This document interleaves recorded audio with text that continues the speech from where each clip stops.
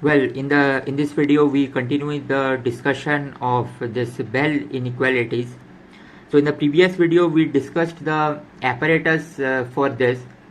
It was essentially Alice and Bob. They can be space-like separated, and they share a entangled bit, which is essentially a singlet state. And suppose it has been created by decay of some particle into E minus E plus or particle P1 P2, and Alice performed measurement on one particle and Bob on the another.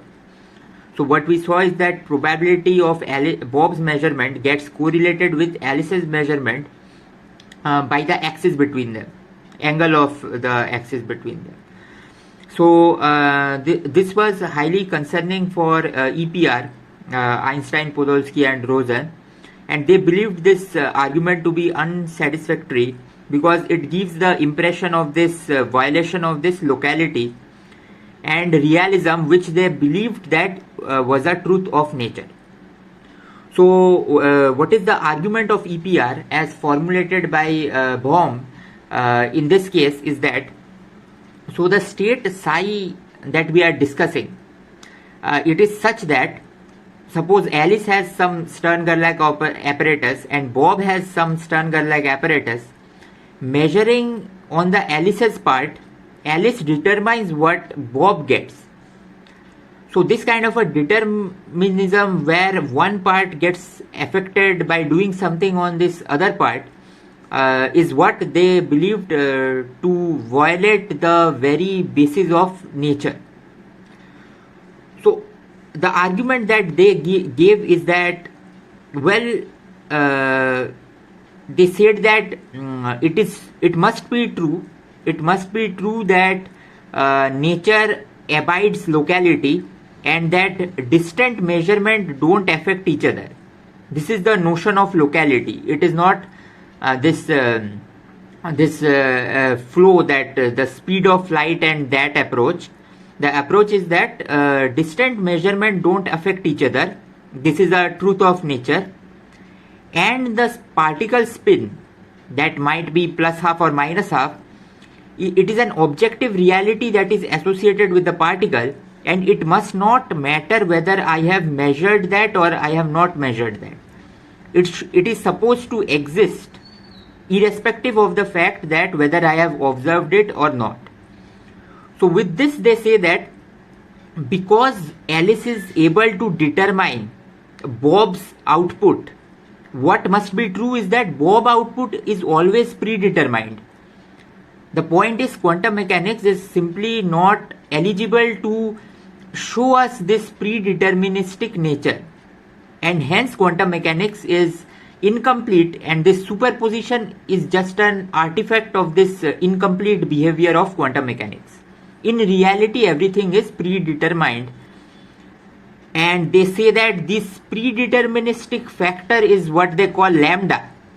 And the point is that now it is a philosophical argument, because whenever you do some experiment and you don't obtain this predeterministic behavior, they can easily say that, well, you have not measured this lambda, which might be hidden from your measurement apparatus.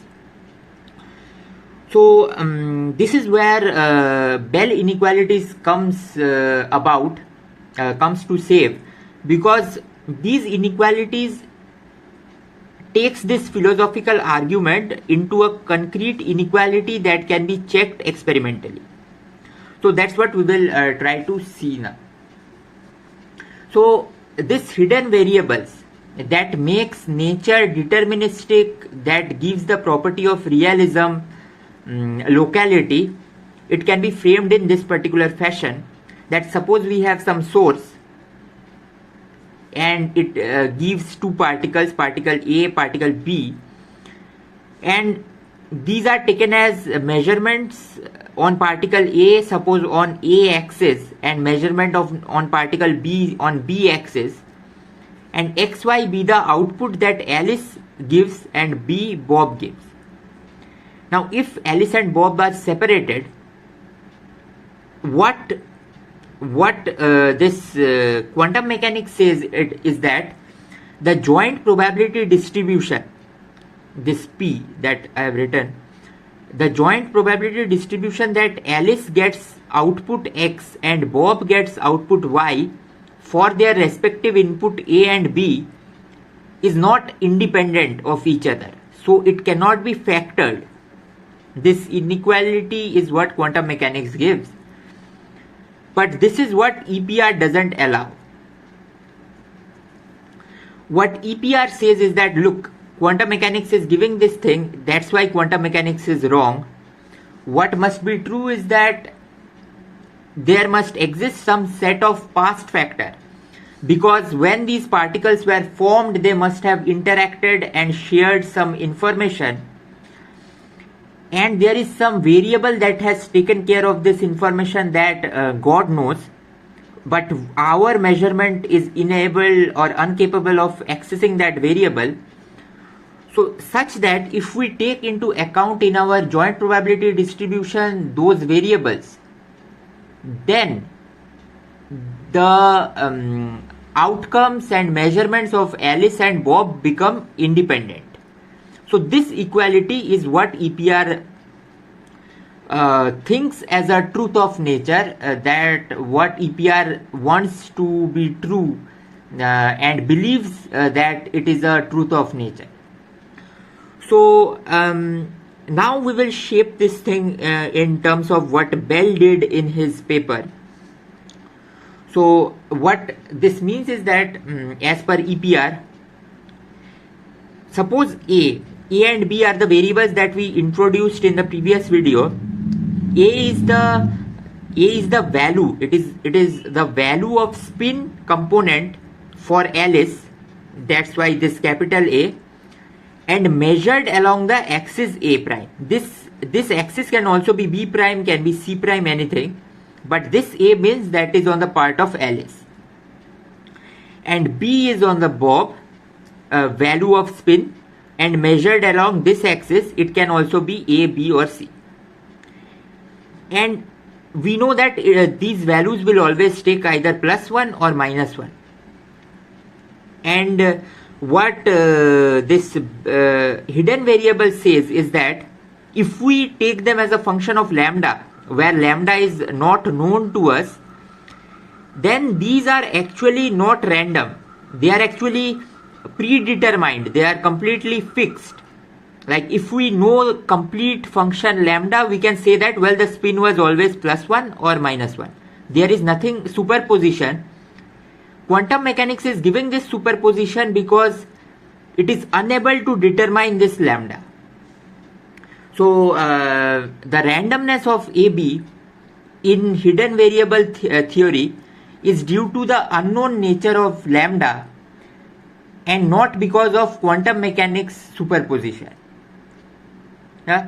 So that's what is the point that hidden variable theory says, that this there is this undetermined nature of lambda. So what the next step would be is to try to extract out some sort of an inequality working under this undetermined nature of lambda. So you see, lambda is undetermined, but we can say that it can be represented by some probability density, and then what we can say is that integration d lambda, this is equal to 1. This is a determined fact. This is what we will use further.